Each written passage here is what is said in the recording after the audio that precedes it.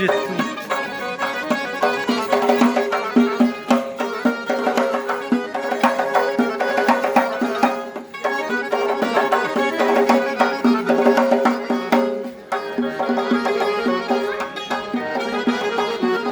Dostlar bir dilberi canı cahanım var benim. Arazi gül kameti servi ravanım var benim. Farkatında rozu şefahi planım var benim. Ah kim aşıktı haline tavanım var benim. Sözü işkide beside aynı hanım var benim.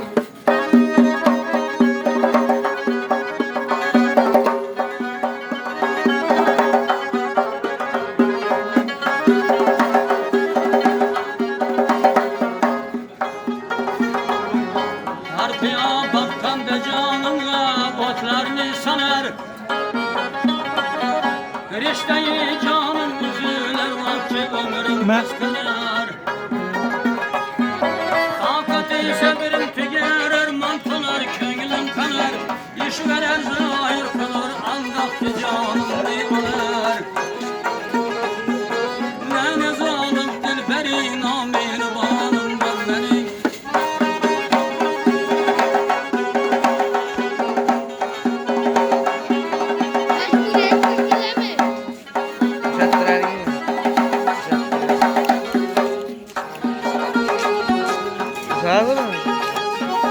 Can verenler yışkıda yüz merkebi ağlarlar. Olmamış alemde mendil kimse baktı kavrulur.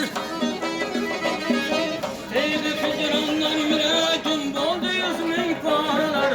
Kanraman aktı cigerden kana buldular yavrular. Şöyle derdi bir kararı bir ananım var benim.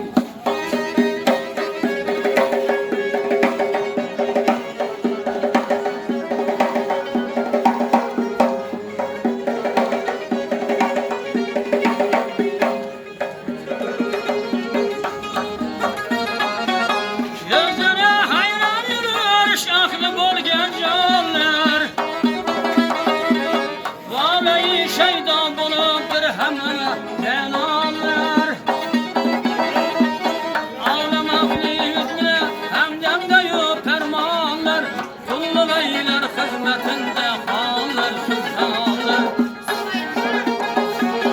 Hoşma benzenme ve şu sahip kıranım var benim.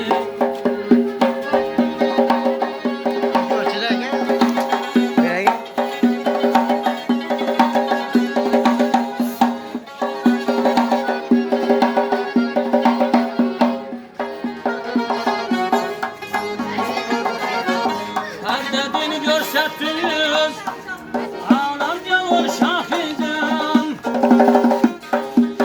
Düştü aşıklarla yüz, migdadına nahi kılan.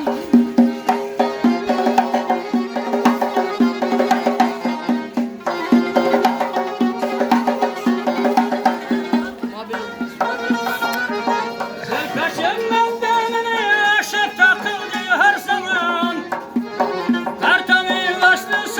Canlar döküldürdü ravan.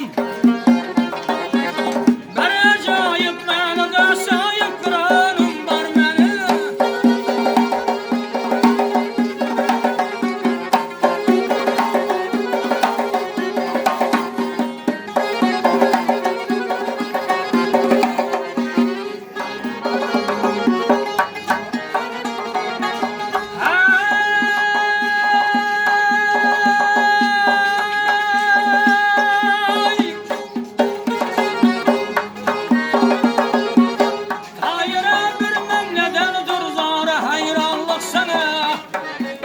Niye sebepten buldu bilmem şaşmı gir yanlık sana.